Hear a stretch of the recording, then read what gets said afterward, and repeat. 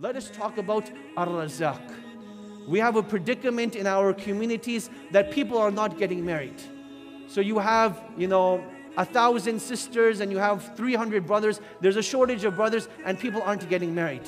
One of the worries that the brothers have is that perhaps I'm not financially stable. And one of the concerns that sisters raise with the brothers is that you're not earning enough money for me. So it becomes circular in nature. But let me share something with you, my dear brothers and sisters. Allah subhanahu wa ta'ala makes a promise in the Qur'an where He tells us, فَسَوْفَ يُغْنِيكُمُ اللَّهِ, that Allah subhanahu wa ta'ala will provide for you. Now when does He say this? He says this when the people of Medina, they stopped wanting to marry the orphan girls.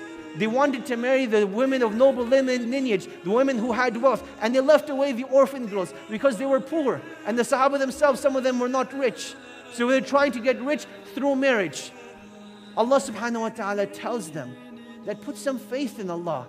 Go ahead and marry the orphan girl. فَسَوْفَ يُغْنِيكُمُ اللَّهِ, that Allah subhanahu wa ta'ala will grant you sufficiency and He shall make you rich. This is Ar-Razaq. Allah's Messenger sallallahu alaihi wasallam tells us that if the children of Adam were to put their trust in Allah just like the bird, then Allah subhanahu wa ta'ala would provide for them just like He provides for the bird that leaves its house early in the morning looking for food and then comes back home fulfilled, not looking for anything else, being sufficed. My dear brothers and sisters, when we talk about Ar-Razaq, He is the one that provides for us all. I want you to think about, how did you get to the state that you are in right now? Allah subhanahu wa ta'ala provided you with parents that provided for you. But how about the rest of the world? They didn't have the same luxury. You got to your state right now because Ar-Razaq provided for you. And you will go even further when Ar-Razaq continues to provide for you. So put your trust in Ar-Razaq when you seek your sustenance.